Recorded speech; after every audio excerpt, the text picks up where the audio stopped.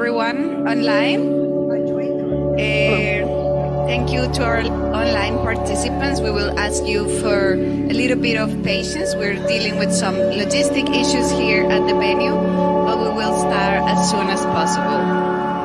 A nuestros participantes online les damos la bienvenida a este día. Online participants, we welcome you to our online dialogue, and we ask you for some patience while we resolve some technical issues.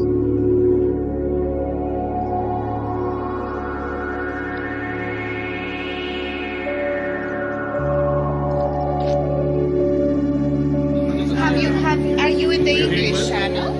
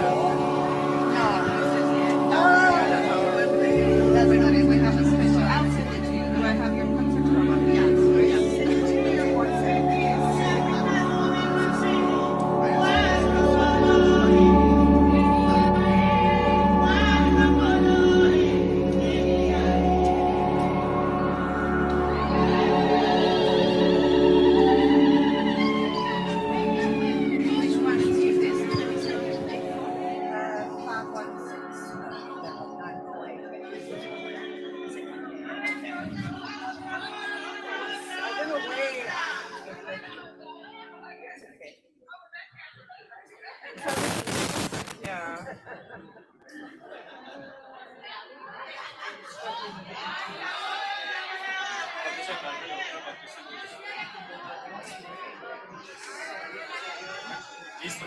Entonces, listo. Paola, vamos a contar. Okay.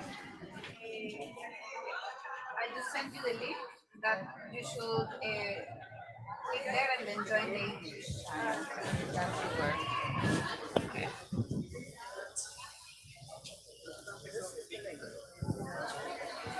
Yeah, I just sent it to you.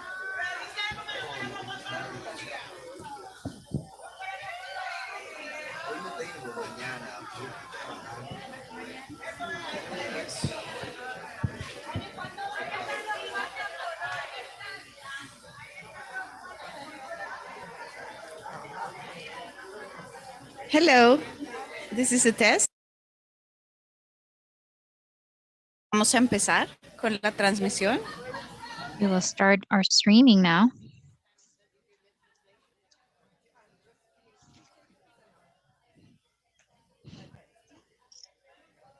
Hola, buenos días. Hello, good morning. This meeting is being recorded. Our streaming. Okay.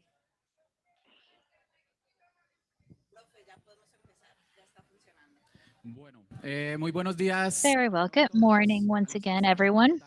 To all of you who are here with us virtually, those who are here out on the campus of Magdalena University. For me, as professor of the university, it is an honor to open this panel. It is a dream for us to see all of us here together, not just those who participate in the event, but also the meeting of the Transatlantic TRAJECTS Center. The Magdalena University campus is exactly that. We've conceived it as a hub of innovation and sustainability. And thanks to TRAJECTS support, we have also been able to improve several of the dimensions where we work on the university campus, try to make it more sustainable. Since we have been participating in the TRAJECTS project, where we have professors of the university, master degrees, and undergraduate students that are part of the seedbed of energy transition, for us, that the project can work as a global hub, where the central point is in Germany, but there's collaboration from north, south, south, south with South Africa and Latin America. For us, it has been precisely that center where we have been full of learning experiences, and the intention is that in this panel that we will share, we can continue strengthening those learning experiences. Without further ado, I would like to introduce the moderator for this panel, Professor Harro von Blottnitz, Professor of Chemical Engineering, Professor of the Universidad del Cabo in South Africa, Director of the Africa Hub, and somebody who does research in clean energy, solid waste management. So for us, it is an honor to have Professor Harro here with us, moderating this panel, facilitating our panel. And hopefully we can learn from all the experiences that have been consolidated in the TRAJECTS Transnational Center. So Professor Harro, thank you very much and welcome.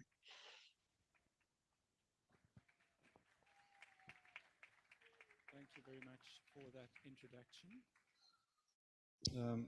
Let me start this panel, which is dedicated to... You need to be louder. I need to speak louder. And put it more to the front.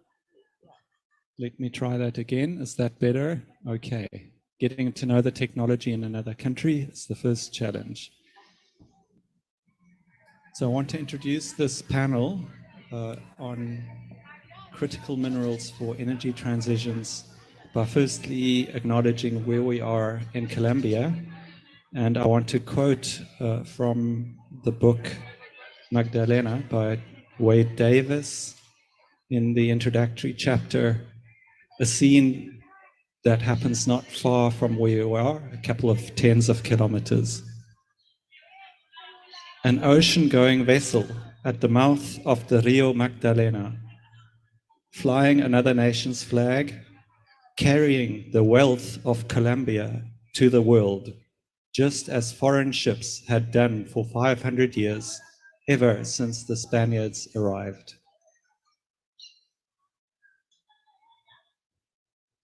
To further introduce the panel, I'm going to switch over to the other side of the Atlantic, where I grew up, to Namibia, with a news flash on my news feed this morning. I'm sorry, just hopping between my notes. Over here.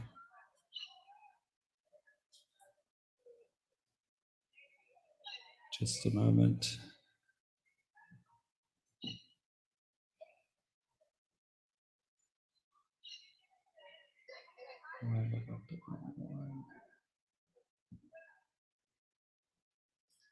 Namibia's government has ordered police to stop Xingfeng investments from transporting lithium ore inside the country and from exporting it, accusing the Chinese miner of violating the country's ban on critical raw mineral exports, in my news feed this morning. Welcome to our attendees here and to those on this panel on critical minerals. There's been an introduction that had been circulated as to what this panel wants to achieve. I will just very briefly recap some of that.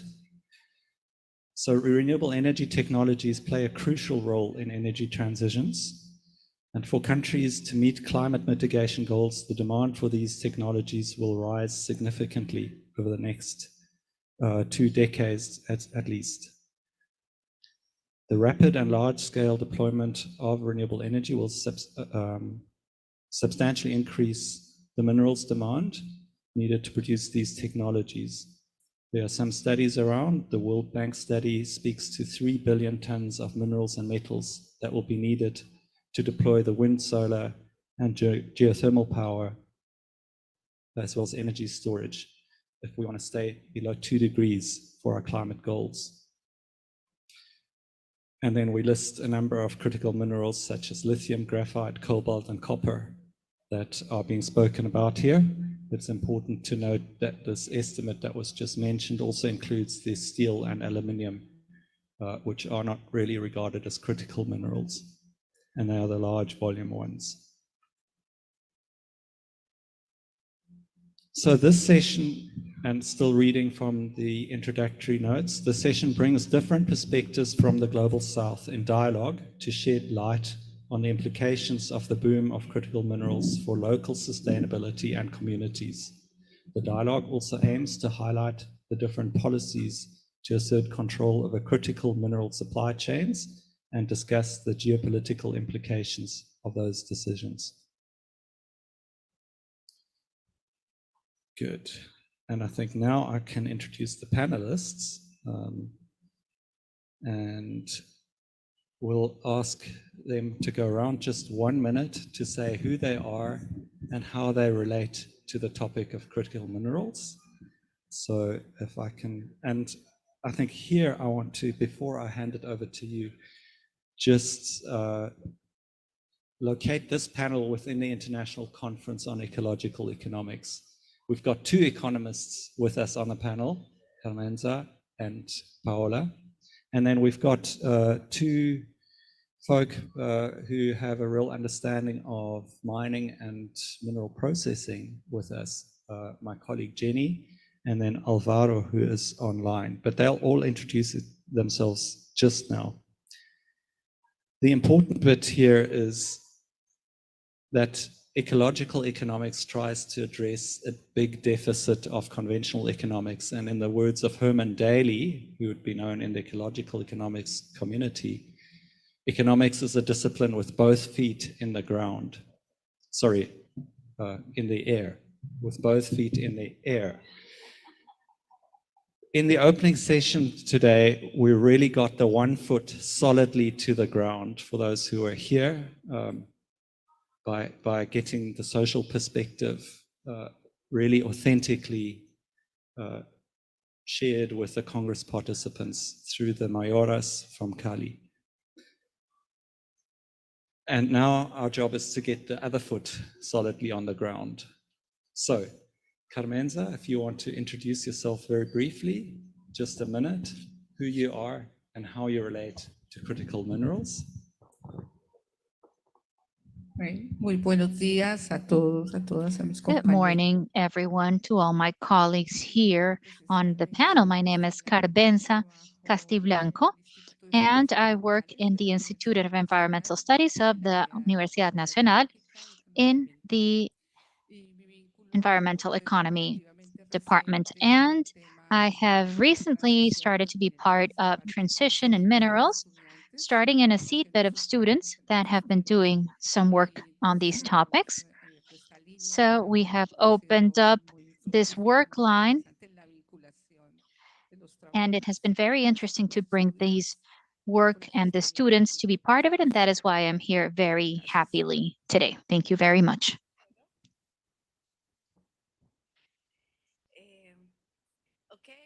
Good morning, everyone, or evening for some of the online participants. My name is Paola Yanguas. I am one of the academic coordinators of the TRAJECTS Center, but also a PhD researcher at the Fossil Exit Group at the Technical University of Berlin and the Flensburg University in Flensburg. My connection to critical minerals is an unintended one. Our group started, my PhD project started researching the use of coal and coal phase out, and what alternatives do we have for those regions exiting coal in terms of economic diversification. And it happens to be that many of the countries and many of the regions that are currently mining coal, they also have some reserves of critical minerals. And because they have some experience in mining, a lot of them are thinking about going from coal to minerals. And that's how I got to this interesting topic. Thank you for having me here. Hi, everybody. So my name is Jennifer Broadhurst. I'm with a group called Minerals to Metals, which is hosted within the Department of Chemical Engineering at the University of Cape Town. My involvement with mining and minerals goes back 40 years. I spent the first sort of 20 years of my career as a metallurgist within, and then as an environmental consultant to the industry. And I've spent the second half of my career, the last 20 years in academia, where I do research on more the sustainability issues pertaining to the development of our mineral resources. So I believe really quite strongly that, yes, minerals and mining are an essential part of our modern way of living and certainly the green transition. But with this race to the critical minerals, it's becoming more and more important that we develop these mineral resources in a way that is both environmentally responsible and socially equitable. So. Thank you very much, Jenny and Paola and Carmenza. Really pleased to be able to do this adventure with my dear colleague, Jenny. And now over to our online panelist, Álvaro, to briefly introduce yourself, please.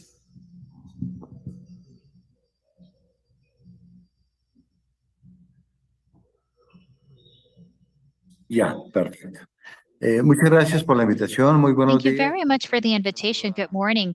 Carmenza, Warm Paola, greetings for Carmenza, conocida Paola, ya hace mucho tiempo.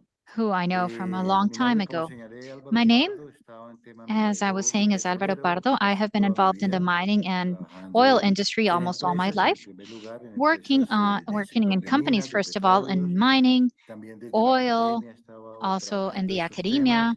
I have been working on these topics en minería y en hidrocarburos. in He mining trabajado con and comunidades en el hydrocarbons. I've worked with país, communities in the reuniones con country, ellos, in meetings with cursos de them, capacitación con in comunidades. training sessions with Con Paola communities. escribimos el último With libro Paola, we que wrote the escribí sobre last book transición that I wrote energética. about energy transition.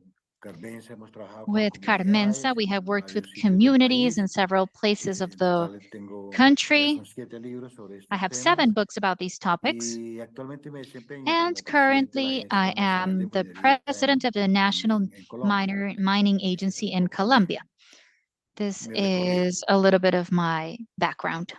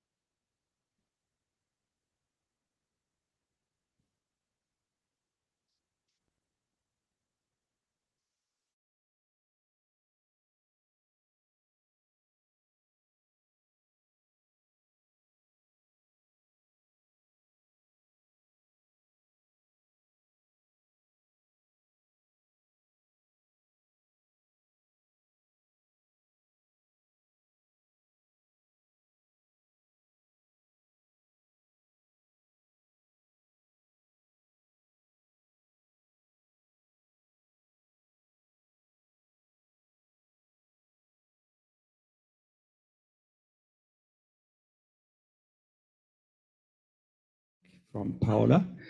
But that's over a 20-year period. And so that's about 150 million tons a year. Now, a number like that sounds huge until you put it into perspective. What do you want to put it in perspective with? Well, we're trying to stop the burning of coal, oil, and gas and their extraction. And I'm astounded when I ask around people who should know how much of the stuff do we actually burn. It takes a little while. But it's 15 billion tons a year, which is 100 times what the new energy minerals and metals that are needed amount to. Now, I don't want to trivialize the new concern, but if we want a world with climate, with the temperature rise staying within 2 degrees, then that trade-off of cutting down 100 and adding 1 on the other side needs to be done. So that's just to phrase the inputs, and I'm now going to hand over to Paola to give us her input, and she will share some slides. Those will be visible on the Zoom call. They're on the screen there, but I'm not sure that this thing will really work for the participants. Okay, good. Paola. Okay, thank you, Harro. I'm just testing. Can you hear me well? Okay. Yes, so I just want to provide a general overview because I know not everyone here is familiar with the topic of critical minerals, and a lot of the graphs and numbers that you will see here, they come from a report on critical minerals from the International Energy Agency, which was released this year. So those are very recent numbers. What you can see there in all the graphs, they compare 2021 with 2030 and then 2050, is that the demand for critical minerals is increasing very quickly as the transition to renewable energy accelerates. Obviously, the different minerals are needed for different parts of the components of the energy transition. But in general, copper, nickel, cobalt, they would all be needed in much bigger quantities than what we are producing at the time. And in some of those cases, the growth will have to be almost exponential to be able to cope with the increase in demand, which is also getting into exponential growth for some technologies, which this is more a global north perspective, which the IEA has, so I'll bring it up. It brings questions for the countries doing this transition and requiring these new technologies about the price volatility of those minerals, about the security of supply of those minerals, and about the shifting of global geopolitics. So an increase in power at the moment, as we all know, countries concentrating fossil fuel reserves, they have a very large geopolitical influence in the world. And the shifts in oil prices and in fossil fuel prices, they have a big impact in the geopolitics of the world. So a concern is how that geopolitical sphere could change once we are so dependent on those critical minerals. So I guess the global north perspective on this, which is what the IEA is bringing, is yes, we're going to decarbonize, we're going to change from a fossil fuel dominated system, but we're going to move to a new system that is also dependent on many raw materials that have with themselves the same concerns in terms of geopolitics, in terms of security of supply, in terms of price volatility of those minerals. And that's more or less what this report goes about. You can look at it, but again, to see some numbers, Harro already mentioned the numbers from the World Bank, which include steel and aluminum, but just talking about the top 5 critical minerals, the numbers are much smaller in the announced pledges scenario. So basically the targets that countries have put themselves for the Paris Agreement, the demand for critical minerals will double already by 2030. That's in less than 7 years, so doubling of the demand. And in the net zero scenario, which is a more ambitious scenario, up to 2050,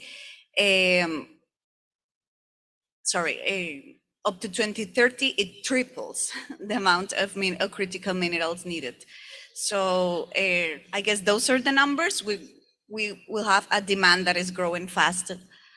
And this was already mentioned by Harro, but first of all, does this mean that we have to stop the energy transition because we will need to start mining a lot of minerals? My perspective is not necessarily. That graph, I think, is very telling.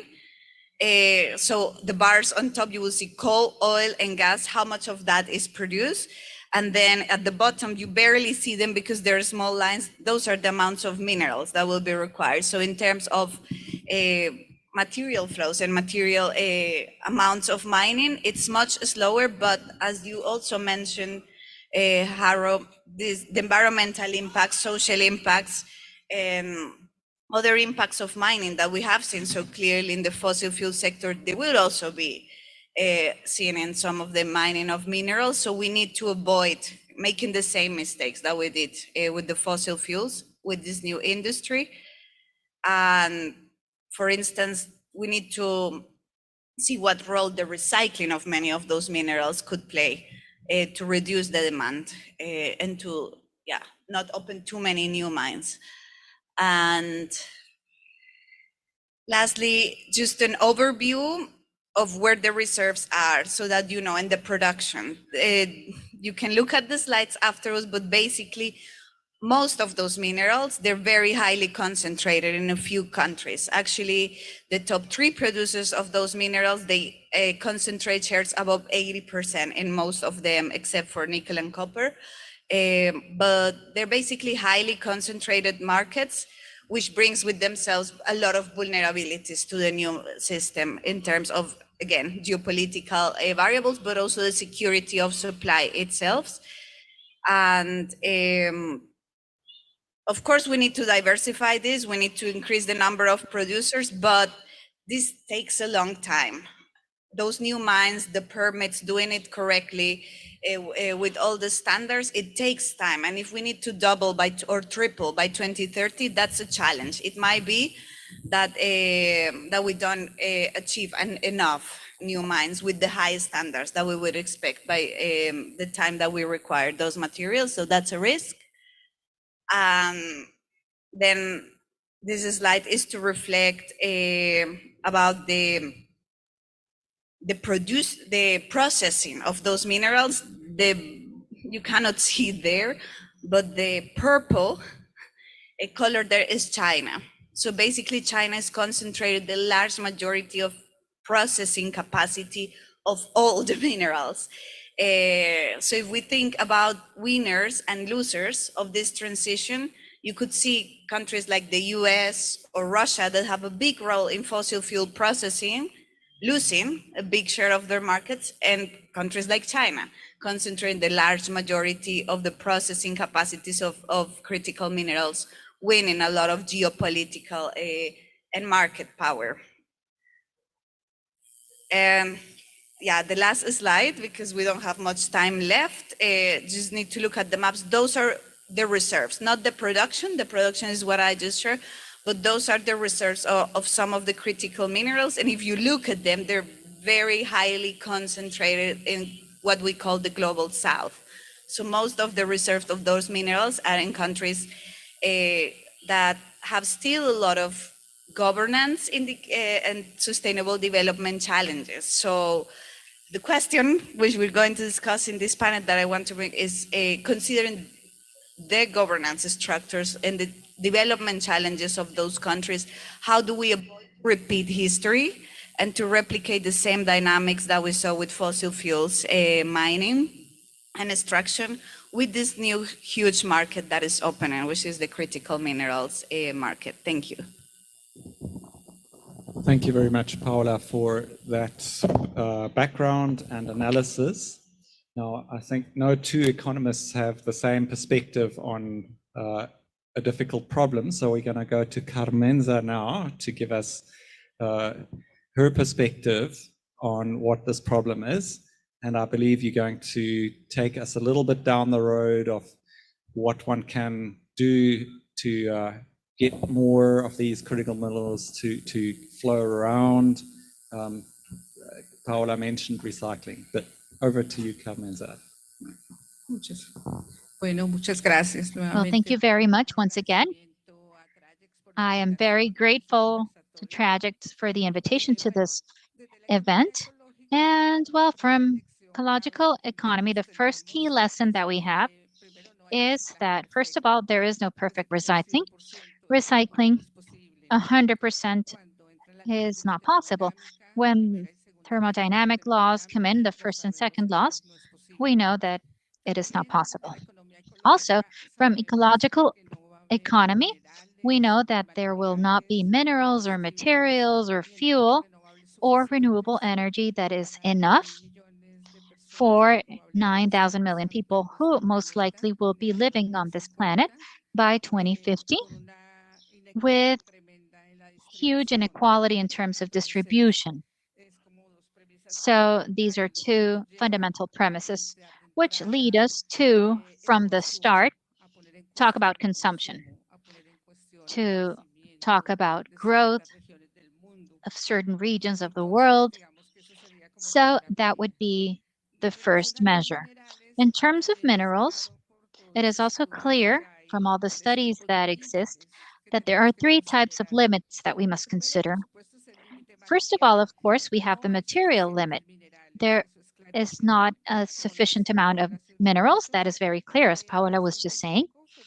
Recently, there was a report published in Finland from the Geological Service of Finland that evaluates the mineral requirements to fully replace fossil fuels.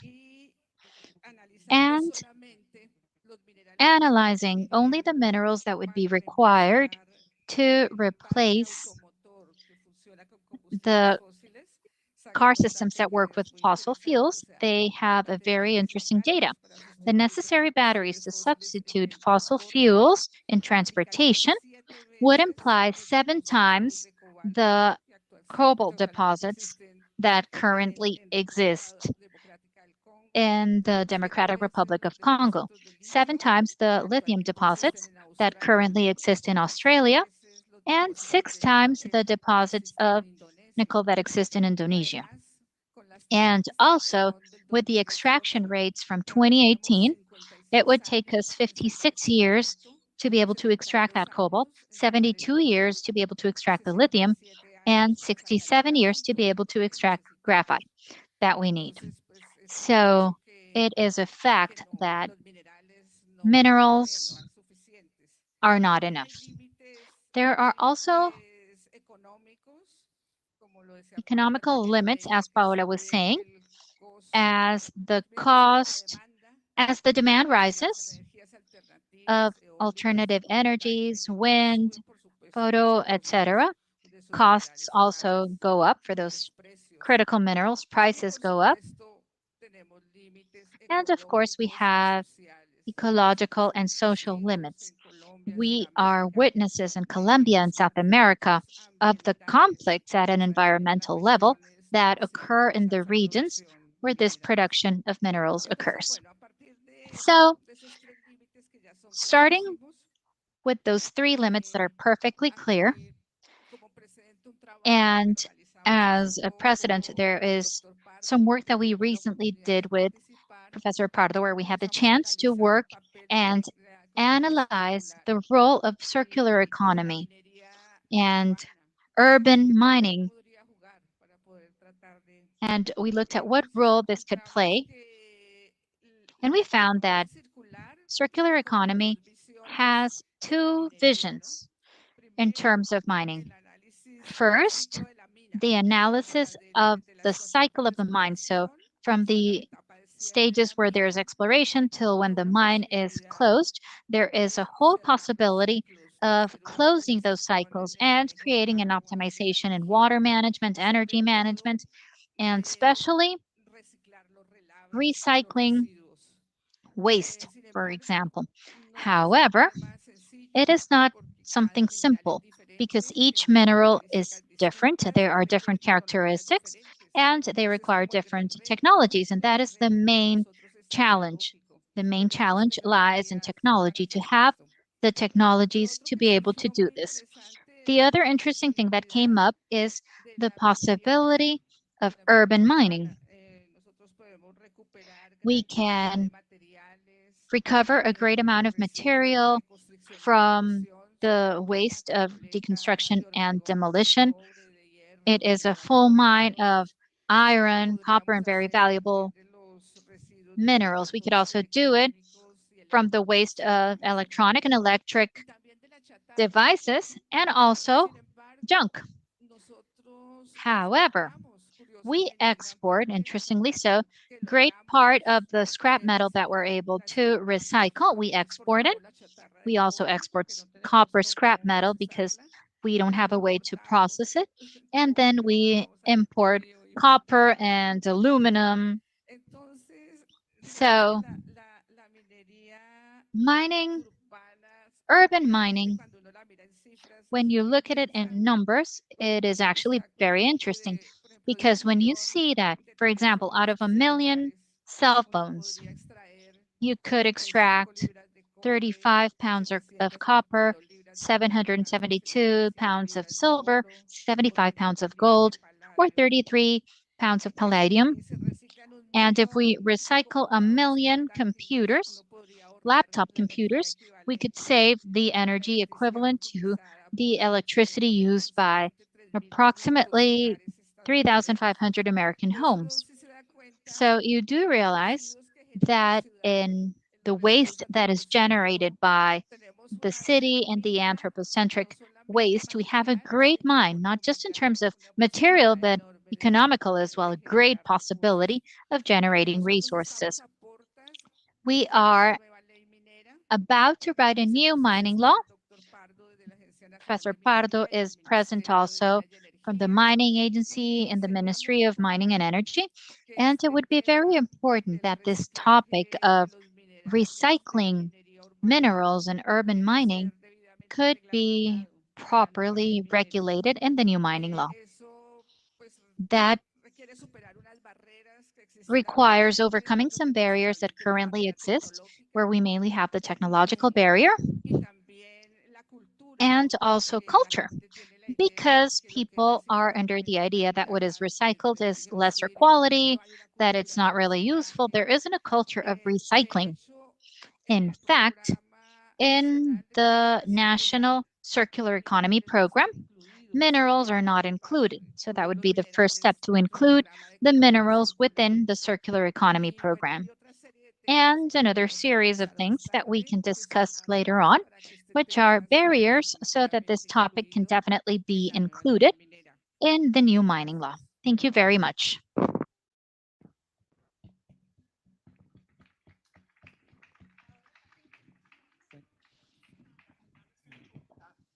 Thank you very much, Carmenza. We'll now go over to Jenny and thereafter to Álvaro to root this discussion in their understanding of the industry and the physics of the metals and so on, but maybe not to set up Jenny too much as a tech person. Jenny is an interdisciplinarian and has studied the social impacts of mining extensively in her career as well. So Jenny, over to you. Yes, thank you, Harro. So I think the first two speakers have really emphasized the fact that the new energy is going to green energy is going to increase the demand of many metals, many of which, if not most of which, are geographically very concentrated. And this has really underpinned a growing focus on the concept of criticality. And maybe that's a little bit that I would like to dwell on today, what we mean by criticality, how it links into strategies and some of the risks and that we've been already heard mentioned. So I'm not going to talk to slides because we got lots of challenges around here. So the people online, they can have a look at the slides later. But I've just put up one slide which shows the countries that currently have critical mineral lists. These are also known as critical raw material lists. And we can see these are mostly in what we would call global north countries.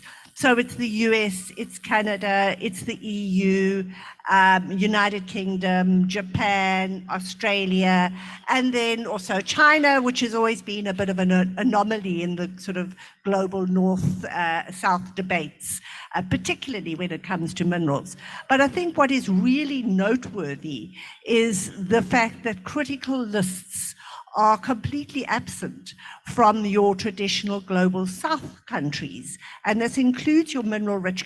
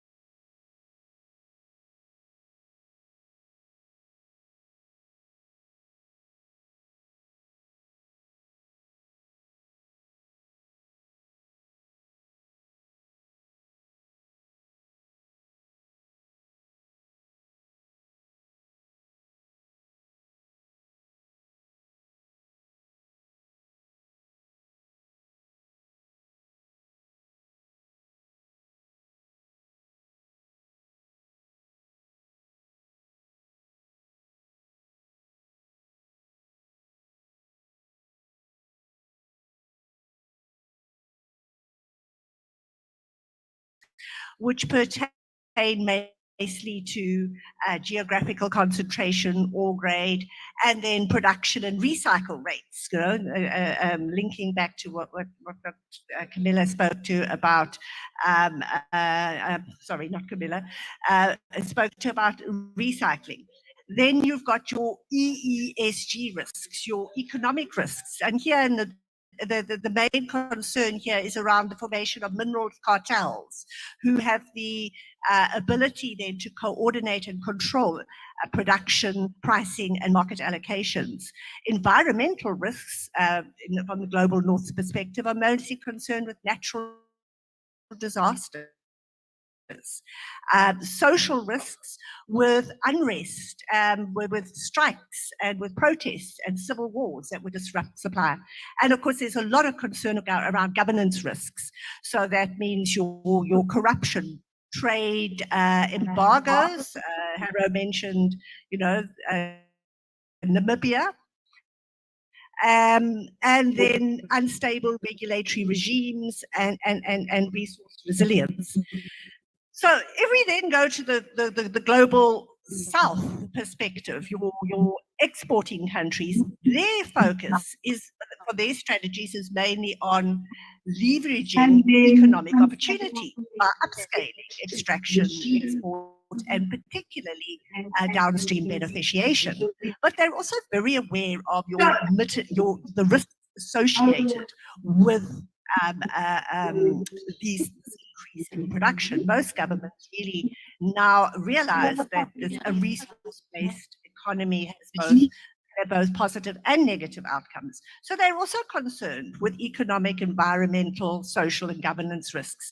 But these are completely different, these risks. In economic risks, they're concerned with market fluctuations and price fluctuations driven by new technologies or competitive exploration and deposits. And somebody mentioned the high capital costs associated with these projects and the long timescales involved really aggravates economic risk, particularly where there's not sufficient economic diversification.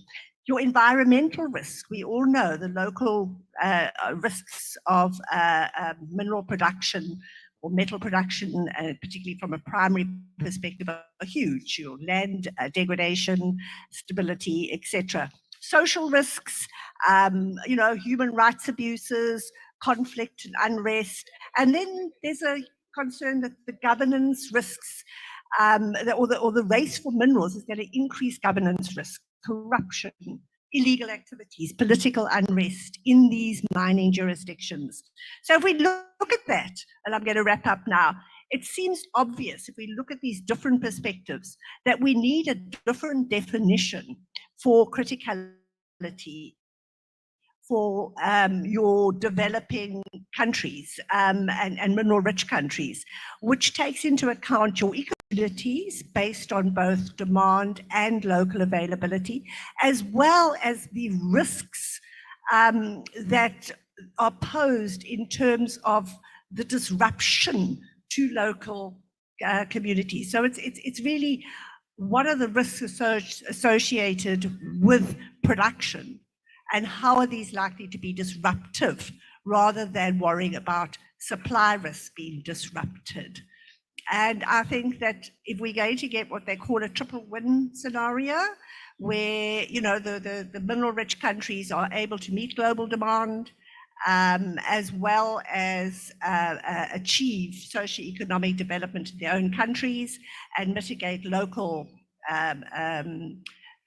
risks to communities and environment, we really need to have a look, get a far more collective and nuanced understanding of this whole concept of criticality between sort of your mineral exporting and mineral importing countries, which are roughly divided very much along the lines of global north and south.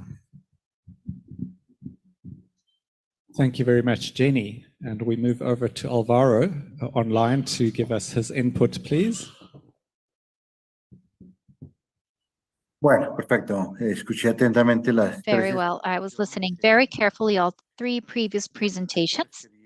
And on this matter, I would like to mention, last year, have been much more concentrated in mining in Colombia. I try to not lose that international perspective that all of you have, but I would like to start with a global focus to then finalize with Colombia today. I think that what is happening in the world is a great fight for natural resources, non-renewable natural resources, both strategic and critical minerals.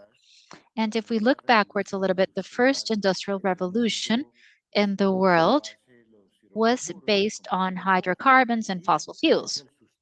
That was the backbone of the Industrial Revolution.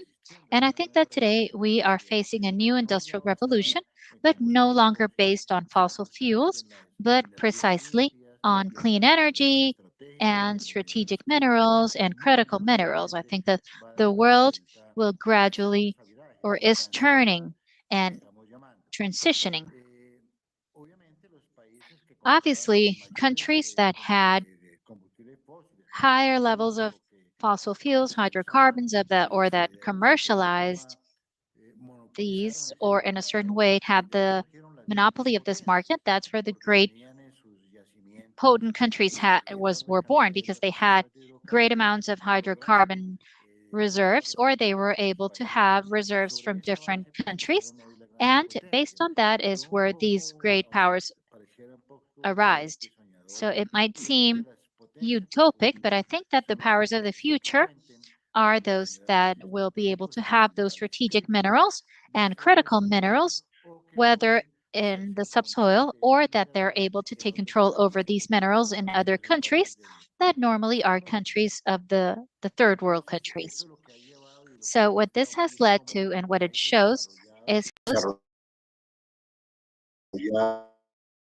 how developed countries and multinational un esfuerzo muy grande en sus their países, strategic sino minerals también in their countries, tratando de but also hacerse trying control to de los minerales take control over y strategic críticos and en otros critical minerals países. in other countries. Colombia no tiene, Colombia por does la not información que have ya tenemos de la geological misma strength ingeniería, and the information no from es the un mining país agency. rico en It is not a minerales. country that is Desde rich in siempre lo hemos minerals. dicho, Colombia no We've es un always país said so. minero. Colombia is Nosotros not a no podemos mining company. We compararnos cannot con lo que compare es Chile, ourselves lo que to es Bolivia, Chile o lo que es or Perú. Bolivia or Peru. ¿Cierto? Tenemos algunos We have minerales. some Estamos minerals. próximos a sacar la We lista de los are minerales about to have estratégicos the en list of Colombia. strategic Son minerals más o in menos Colombia. 17, It's more or pero less no los tenemos 17, todos, but además, we y do las not have them reservas all, son muy and bajas. reserves are very ¿Cierto? low. No tenemos litio, no hay We un do not have ambiente lithium. geológico There isn't a para el geological litio en environment Colombia, por for ejemplo. lithium in Está Colombia, por for ahí en example. algunos So polimetálicos mezclados it con otros exists minerales, some pero no los polymetals tenemos. mixed with other Y metals, cobre, nuestros but we don't recursos have them. son And in muy copper, bajos, our entre otras resources are cosas, very limited, porque la exploración del amongst other subsuelo, el things, because conocimiento the exploration of the geológico, que subsoil está and en cabeza geological del Servicio knowledge Geológico Colombiano, is pues under the no ha avanzado lo responsibility of the suficientemente Geological para Colombian Service, conocer and it qué has not moved reservas forward tenemos de enough to be able minerales to know estratégicos what en el reserves país. we have of Tenemos strategic algunas minerals in the country. reservas We have importantes some important en temas reserves de cobre, pero sin in terms of embargo copper, no somos un but we are competidor not a mundial de ninguna forma. world Estamos level muy lejos competitor de in any Chile, way. por We're very ejemplo, far from Chile, for o example, de Perú. or from Peru. Entonces, lo que hemos So venido planteando en este what we have gobierno been y a través de working la on nueva this ley government minera, and mining law, comentaba la doctora as Carmenza, es Carmenza was mentioning llegando a before, que el país tenga is soberanía sobre sus trying for the recursos company naturales no to have renovables, sovereignty over porque the vamos a natural and necesitar non-renewable resources, definitivamente esos because minerales we will definitely estratégicos need y those críticos strategic para minerals and critical desarrollar 4 minerals programas que to be son able to develop 4 fundamentales programs hoy del which are actual fundamental gobierno. in the Desarrollar current la government, to reindustrialización de la develop a economía. La llamamos reindustrialization of the economy. reindustrializar porque ya We el call it país había reindustrializing because the logrado company altos had niveles de already been able to industrialización en el siglo get to pasado. high levels of Desafortunadamente, industrialization con in la the last apertura de la century. economía, se Unfortunately, with acabó la industria en the Colombia, opening of the acabamos con la economy, the agricultura. industry Entonces, vamos a necesitar de was minerales ended in Colombia, and estratégicos agriculture as para well. So we will need reindustrializar la strategic economía, minerals to be para able la to misma give transición more power to the energética, economy, para for el energy desarrollo agrícola y transition, para la for construcción de agricultural infraestructura. development, and De for the manera que construction esa of nueva ley infrastructure. minera y toda So la the new política mining minera law del país se and all orienta the a tener una mining soberanía policy in sobre the nuestros country is recursos. guided towards Para ello having estamos creando sovereignty una over empresa our pública resources. minera For que se this, we're haga cargo creating de a los public minerales mining company that is estratégicos, for la mano del strategic sector minerals, privado, obviamente, que together with sigue the private siendo sector, of bienvenida la course, inversión which is still very extranjera, welcome. pero tratando Foreign de investment is very reorientar welcome. nuestros but trying recursos to al re-guide our abastecimiento del resources mercado local. to the supply of the Porque, local market, repito, that these escasos minerals en are Colombia scarce y in los Colombia, vamos a necesitar and we si will need queremos them salir del actual if we want modelo de to desarrollo get out of the que se basa en current el development model extractivismo, that is que based on simplemente extraction, extraer y exportar. which is No, just tenemos que extracting and construir exporting. No, we cadenas have to productivas build que les productive permitan chains generar that valor allow us to agregado generate revenue y avanzar en los programas que and estoy move comentando. forward in the Ahora, programs no that son I am mentioning. suficientes lo que Now, it's tenemos, not just enough what we necesitamos, por have. tanto, We need, avanzar of en el course, to reciclaje de move forward minerales. and Pero risk fíjese, minerals, como lo comenta but la doctora Carmenza, as Carmenza was tenemos mentioning, chatarra y we la have exportamos. Hombre, scrap metal la and we exportamos export it. porque no We tenemos export it justamente because we plantas don't de have procesamiento de cobre processing ni de plants ningún for otro copper mineral. or for Tenemos any algo en other mineral. acero a partir del We carbón have a little bit of metalúrgico, pero steel, tenemos una base but we de have reciclaje muy base en a Colombia, very donde yo creo que hay una buena fuente que broad podría base of complementar los recycling. So I minerales think that que this is a tenemos very good con source el that can reciclaje complement the para minerals that we have poder with recycling to avanzar be en able los to cuatro move forward económicos in que the 4 estoy economic comentando. programs that I am mentioning. Very much. Right, we're having our challenges with running a panel in 2 languages in a very foreign setting for myself and Jenny. I think Paola also, we observing some wildlife making a big noise in the background. Álvaro was bringing in. So I'm going to turn to Carmenza and Paola to see whether they've got a question. And Jenny also, I think, has a question to Álvaro. But that's the purpose of panel, right? So that you can ask the panelists. So who wants to go first? Do you want to I'm ask happy Álvaro to, a question? a very sort of national context. We've been speaking globally and the challenges and I think the opportunities that he spoke about. I think most mineral-rich developing countries are facing. And you know the need for us to add value by moving further down the mineral chain is really important rather than exporting all our raw materials. And this is the way that we can end up providing, building our economies and providing decent employment for growing and mostly growing young populations in these countries. He touched on, I think, very importantly, and one of the ways that we can buffer some of the risks, the economic risks of production, is to start building local markets. And you even think of energy markets, that the irony is that most of the countries, or the developing countries with these critical minerals for green energy, are energy poor. They don't have energy. So, we need to, and this is why our critical list might be very different. Construction, we need to look at industrial minerals. We need to look at things like phosphate for agriculture. And this is why I'm so anxious that countries, the developing mineral-rich countries, start to really look in detail at how they would define their critical minerals. So yes, I thought that was the need for perhaps regional cooperation. I mean, there's huge opportunities there amongst developing mineral-rich countries. So yes, I think that Álvaro brought up a lot of opportunities, but also the challenges, the fact that we don't have manufacturing capacity, limited technology and productive capabilities, infrastructure constraints, huge. So there's a lot of challenges that that these countries have to deal with, and our strategies for critical minerals need to address these challenges as well as the opportunities. Thank you, Jenny. Is there something you want to ask a director of a national mining agency whilst you got him online? I'd love to have more conversations around this because he spoke a lot about the opportunities, and I know it's so good to see even, you talk about Colombia not being in the same ballpark, but still having these huge opportunities to use your mineral wealth to develop. So yes, I think that I'd like to talk to him a little bit about levels of sort of geological maturity. That's another problem that we have in developing countries, whereas, I mean, up north, they're doing huge amounts of exploration. discovering great deposits in the Arctic, areas that, do we really want to go to? So I think that, I think there's a lot of discussions to be had and sharing some of these experiences across these developing countries and how we could overcome the challenges. I think there's a lot of knowledge to learn. And interesting, South Africa is busy developing a critical list. Colombia is.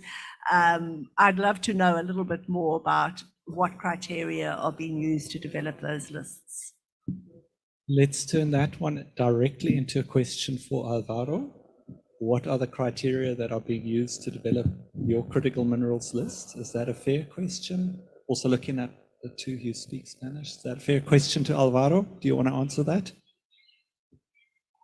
Álvaro, te repito la pregunta por si la traducción tiene problemas. Álvaro, I will ask you the question once again. Professor Jennifer is asking, what type of criteria are being used to develop that critical mineral list from the Colombian perspective? Perfect. To be able to define critical minerals in Colombia, what was done at the beginning of the year was a very robust study about what other countries were doing. What were the strategic minerals in other countries, which were their criteria as well. And there was a document that was up for public discussion for some time called Guidelines for the Definition of Strategic Minerals in Colombia. Then we started to look at Colombia. What will we need for the programs that are mentioning reindustrialization, energy transition, what minerals we will need for agricultural development, for the construction of infrastructure. And based on those documents, we defined some criteria. The most important one, that we can have sovereignty over the resources, because there's no point in having minerals such as copper, where companies who extract copper are extracting it and exporting. That is not useful because the criteria is that extraction should be guided towards the supply of the local market to an arising industry that will use these strategic minerals precisely to be able to generate added value and final products for the sectors that we're mentioning, or for export as well, that we can export from our own minerals that we have sovereignty over. We can export goods as well. So that was a very important topic, sovereignty, that the state can really have those resources and that we don't depend on third parties for the programs that are mentioning. So in the geological sense, if we don't move forward in knowledge, we're talking about dreams. We can say that we're a country very rich in carbon and petroleum or gold, but we need to have a very well fundamented discussion based on numbers. We have the matter of being able to extract them under the highest environmental and social standards, because unlike what happened in the country for many years where the job was just to extract and extract, today for us, for this government, topics such as climate change management, preservation of ecosystems, the defense of water are fundamental. They're transversal for all economic activities. And of course, in mining, we can have resources like we have today in the Pacific area of the country, where we know that there are important hydrocarbon regions. But there's an environmental law, the law number 2, that prevents us from taking out those resources. We cannot do it right now. There would have to be a new discussion to see if we can extract them or not, but that is also very important criteria. The matter of extraction under the best parameters, both environmental and social. We're looking for communities also participating in the decisions in terms of mineral extraction in Colombia. So the right of participation is a right contained in the Constitution. And we did something else that was very important about another criteria that I was being asked about, which is how can we, from the mining companies that right now, or the miners that exist that are mostly informal and illegal, how can we group them and give them areas where together with the private sector, for example, or the public mining company, they can also guide their activity towards the extraction of strategic and critical minerals. So we are doing two important things. On one side, formalizing the economy. So one of the most important characteristics of mining in Colombia is how it is informal and illegal. So if we can, through associative and grouping programs, take these miners and become them legal and making them business people to also extract minerals, I think that we will be covering several problems in the current government program. Thank you. That was a long, extensive answer to your question, Jenny. I'm going to look at Carmenza and Paola, whether you want to ask any follow-up to that or make a brief comment. Other than that, I have received some questions from the audience in handwriting in front of me, but firstly, over to you, whether you want to just follow up on what you've heard from Álvaro or from the other panelists. Yeah, I will have a, lo voy a decir en español, Álvaro. So I'll say this in Spanish, Álvaro. We have a question for you. So as I explained in my presentation, one of the very large risks is that we repeat the story that we had with fossil fuels, because developing mining with the highest standards of environmental protection in terms of environmental impact, the location of the project, it's something that tends to take a lot of time. And the countries where great part of the reserves of these minerals are focused, there are countries where there are still very weak governance structures. And finally, the development also that leads to topics as illegal mining and formal mining, topics related to corruption, royalties, amongst many others, low mining standards, and high environmental and social impacts. That is a very big risk. And I would like to know, how is Colombia presenting a strategy to be able to minimize these risks, being a country where there is also significant governance challenges in the territories? We have many problems of illegal mining and gold, carbon, and many other minerals. What strategies is the Colombian government thinking about to face these challenges?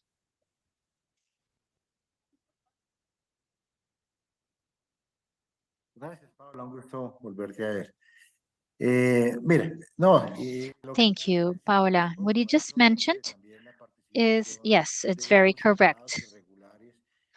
So the participation of irregular armed groups that have also taken over some of the chain of the parts of the chain in minerals like gold, for example, what's happening in the eastern part of the country, that's very severe.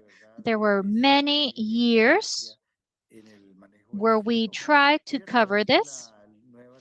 And through the new mining law, we are introducing elements that are important. For example, the fact that the state can have the capacity to once again plan, because unfortunately, in the current law, the state does not have this. So that power is pretty much managed by the market through mining companies, but the state does not have the capacity to plan. That is something that we are going back to through the mining law. The new forms of contracting that allow us to have a public company, like we have Ecopetrol today, but a public company also intervening in the mining sector. We have very important programs in formalization. Right now, we are undergoing pilots in Cauca, where we could start formalizing massively. But we have to go hand in hand with the authority at the environmental level. So to gain governance, as you're pointing out, implies a much stronger state in the mining sector. And that is the purpose, that we can have a mining authority in Colombia that can regulate and can control all of the activity throughout the country. I don't have a lot more time, but this is, in summary, my answer. No, quisiera complementar la respuesta de doctor I Álvaro would like Pardo, to que me alegra compliment mucho Alvaro's saludarlo, ¿verdad? question or answer. I'm Saludo very especial. happy to greet you. Lo quería Special contarles greetings que for you. también dentro de la And I would nueva like to ley tell you minera that in the new se va a mining law, incorporar algo muy importante, we will que es la also be incorporating reglamentación del something cierre very de important, minas, which del is the cierre de las regulation minas of que no existía en closing Colombia. mines. This did Y not gran parte exist de los before in pasivos Colombia.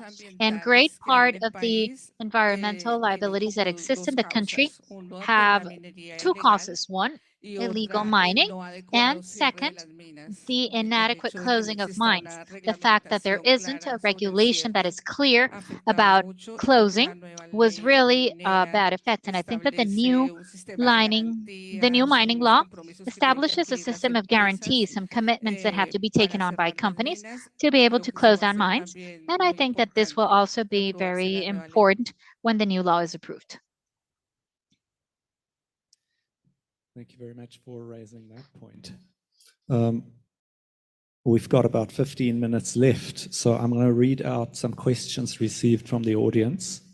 The first one here is, do you see a difference in sustainability practices by mining companies based on their ownership, e.g.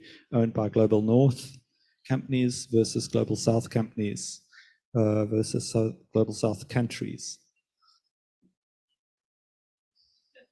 Anyone?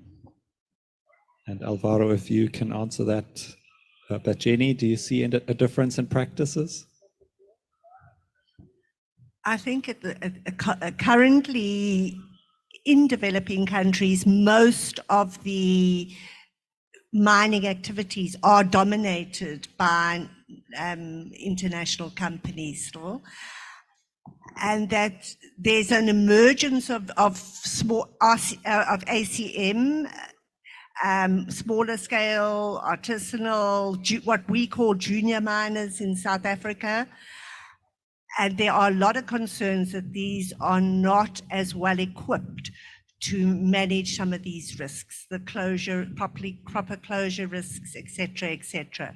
So your multinationals are all members of ICMM, and they're quite closely regulated. There's quite high levels of standards that they have to comply with as members, but your smaller miners are not. So I had a recent interview with ICMM, and they said, you know, what should ICM be focusing on going forward?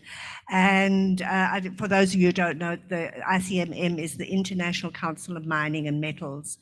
And most of the large mining companies are members of the ICMM. They sign up to be members.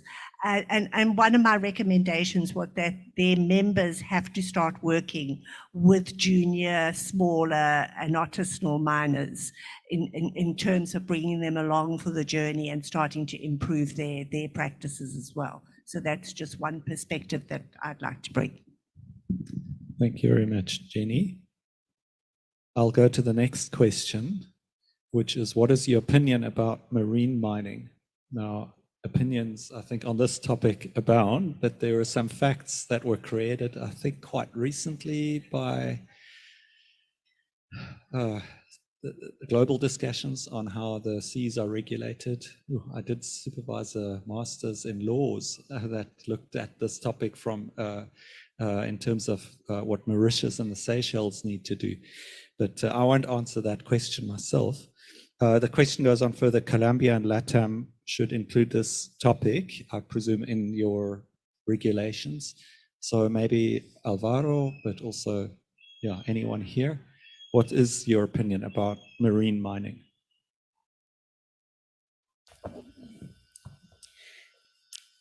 Nosotros, pues desde la universidad hemos Well, pensado from the mucho ese university, we tema, have ¿no? thought about this topic a Las lot posibilidades de la minería in terms marina. of the possibility of Y marine creemos mining. que por principio And de we think precaución that y por toda la from incertidumbre precaution que hay principle and because of all alrededor the de la uncertainty that información exists in que se terms of the requiere information that is para necessary documentar to be el able to valor document ecológico, the ecological ecosistémico and ecosystem value and the economic value as well of all the marine resources. So by precaution principle, our recommendation is to not allow marine mining. That is like the point. Yes, and not talking about the government because that has only been mentioned with the Environment Ministry, but there still is the idea that we will not be giving an open letter for marine mining in Colombia. There's been some topics in hydrocarbon, there's exploration in the Caribbean, exploration, but in mining, we do prefer, as Carmenza is mentioning, to be more cautious and preventive. We have caused a lot of harm in continental land to now also cause harm in the seas.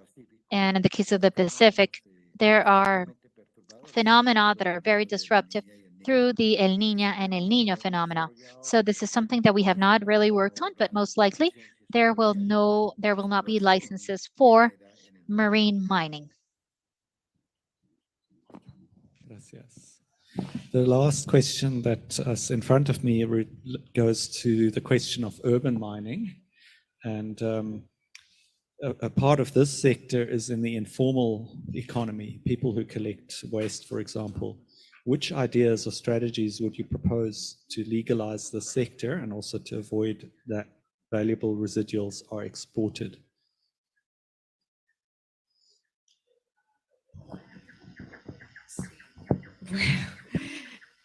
Well, one point, and I'm very glad to hear what Álvaro is saying, is to have a first step, let's put it this way, is to have a list of a current or updated strategic minerals list based on production, consumption, use, recycling, substitution. So to have symmetries in terms of the information, that the information that the government has is aligned and also has the information that the industry has. Something that characterizes urban mining is that generally it is organized informally with very artisanal techniques.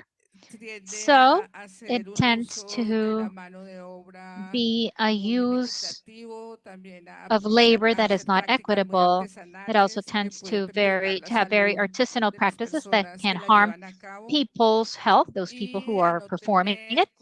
And it leads also to not having control or follow-up that is rigorous. So that would also be together with a list of critical minerals. Then we would know for each mineral which technology is necessary, who has these technologies. And the big barrier is that the initial costs of technologies to be able to recycle minerals of the cities is very expensive. So the initial investment is very high.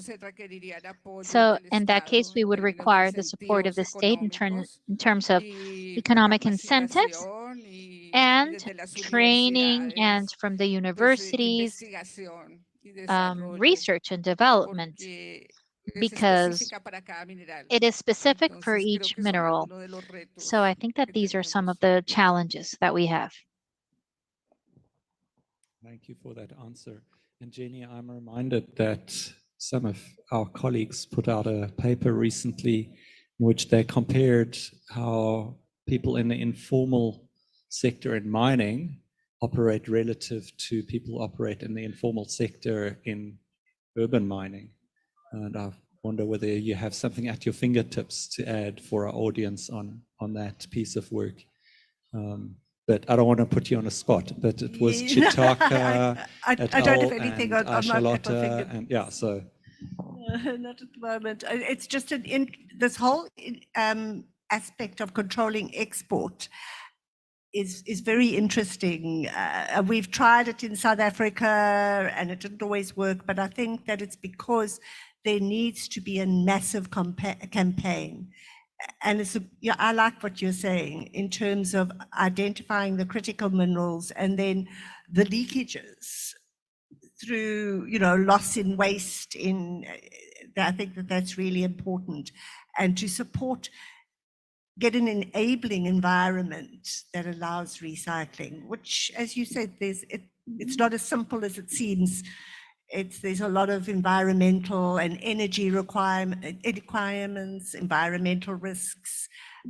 So it needs to be done quite strategically. And it's very interesting, just going back to what Álvaro has been saying, you know, that we need to take all these barriers and roadblocks into account when we develop these critical mineral strategies. So, and it's good to see that this is starting to happen in the global South countries, instead of just exporting or letting you know, these multinationals export all our resources to places like China, India, Japan. That's where all ours are going. And sometimes to Belgium, where it is the only refinery that can really separate some of these valuables in a good way. I mean, a sort of really specialized work needed, and you can't do it in your kitchen or in your garage or in a small factory in a small country. So let's not always bash the Chinese. Very important part of our global economy. There is one question about hydrogen and whether that will change the picture in terms of minerals. We're short on time, so I'm happy to take that myself one-on-one later. I'm going to close with the last question that's in front of me that picks up on something that was put out, I think, by the panelists. The question reads, is there any way to coordinate a global mining transition beyond geopolitical conflicts? If so, such as US versus China. If so, what are the necessary institutions to guarantee this transition?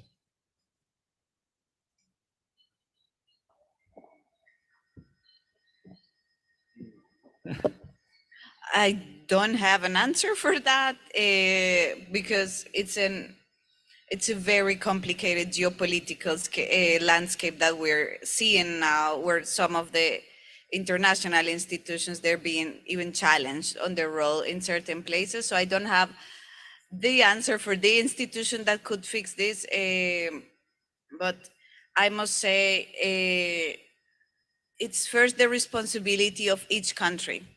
As it was presented here by Álvaro, and by Professor Jennifer, if you're just waiting, if you don't have a list of minerals, if you are not regulating, if you're not prepared for this, chances are that the market forces will come, and they will come investors. Whoever has the money will develop the resources as they want, will export them to whatever they want. So I think each country has to already prepare for this by having their strategies on critical minerals, by having regulation for mining, for closing of mining, for mining permits. And if all countries start doing this, then they can start cooperating. For instance, there's lots of knowledge already in Latin America from the Chilean side, in Peru, in terms of copper, in terms of lithium. They can start cooperating about best practices, and they can start getting together. I'm not sure if a cartel will be the right word, but definitely organizing in a way that they also, as producers and as exporters, they have a say on the negotiations on what's happening in the global markets, and not just very passively waiting for the market and market forces to come and tell us where our minerals are going and what's happening with them. I think that is a very important task that each global South country should do to start. Very quick answer from Carmenza. Yo diría que algo que ayudaría mucho es I would think that something that would be very helpful is to have strong regulation in the sense of not flexibilizing, for example, the environmental rules or royalties to attract foreign investment. So we tend to flexibilize regulations so that foreign investment can come in, and that has only brought environmental conflict and environmental liabilities. So I think that that is key as well, to charge for the right royalties, to have strong regulations, and to make sure that they are complied with. Yes, correct. My comment is very quick about this. Even though we have to recognize this, we don't have the technology, we don't have the capital or necessary investment for the transition. And in that sense, we recognize the importance of the private sector. So I think that we are formulating and thinking forwards in terms of establishing critical aspects of the sector and establishing public-private alliances to be able to develop sectors within the country under a set of regulation that is more guided towards sovereignty over resources, the use of resources for the economic programs that we have in this government. So the coordination that could occur from what is being asked is a coordination where basically we summarize that foreign investment is welcome, but also we're welcoming a better capacity of planning, regulation, and control over the resources from the Colombian government. Thank you very much. And we've come up to whatever, something. My clock is on a different time zone, 12:30. So I guess we got to wrap up this this panel. I'm just wondering, Paola, we had said that maybe a little bit needs to be said about TRAJECTS, which is hosting this panel. There was something said at the beginning. Was that enough? Do you want to say something for a minute about TRAJECTS? Please do. Yes, thank you, everyone. So it's just an invitation because we don't have much time to talk about TRAJECTS, but you can go to our website, www.trajects.org. And then you will see some of our publications, recordings of our previous events. The recordings of these events will also be uploaded. And we have a surprise that we wanted to announce this, which is now we have a new section of our website. It's called the campus. And you can just click there and you can register just with an email account, create a profile, tell us your areas of interest, and then you can connect through this platform, the campus, to our network, which is in Africa, in Latin America, and in Europe. It's over 40 organizations, research organizations, universities, but also civil society organizations, and many more. You can connect with people that have your same interests. You can chat with them. You can create forums, and we can make this TRAJECTS community more close to each other. So you're very, very welcome to create an account there. And we will be launching, if this is an incentive for you, a whole course, open source, free for everyone to learn about just transitions. That will be next year. We'll have professors, Professor Jennifer, Professor Harro, and many others from our network. They will be teaching their classes on just transitions and on these topics and many others, hydrogen, coal, renewable energies, energy communities, many, many other topics. So you will be able to access that if you create an account on the campus. So I invite you to do that and to stay tuned to our social media and our website for more exciting news about TRAJECTS. Thank you. Thank you very much, Paola. I will take the liberty of holding the audience just for another minute or two to do a topical closing to this panel. So firstly, muchas gracias. Thank you very much. Inkos kakulu, as we say in Cape Town, for your inputs to this panel. And then I want to cite from some work that we've just completed concerning a circular economy. So it so happens that I got news this morning that a paper that we've been working on since the start of the pandemic has now been accepted for publication in Resources, Conservation and Recycling. It's the first comprehensive assessment of material flows for South Africa, and we looked at circularity rates and more. I want to cite from the conclusion. Overall, the findings are sobering because of the extremely low levels of circularity due to the prevalent extractive, export-oriented mode of economic activity. Annual net additions to the material stocks of buildings, infrastructure, and machinery to the domestic economy for service provisioning are much smaller than required to meet the needs of the population. We claim this as a structural implication of extractivism.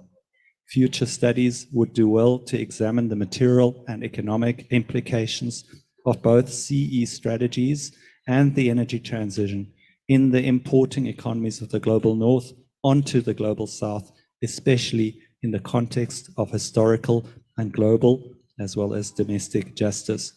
Thank you very much.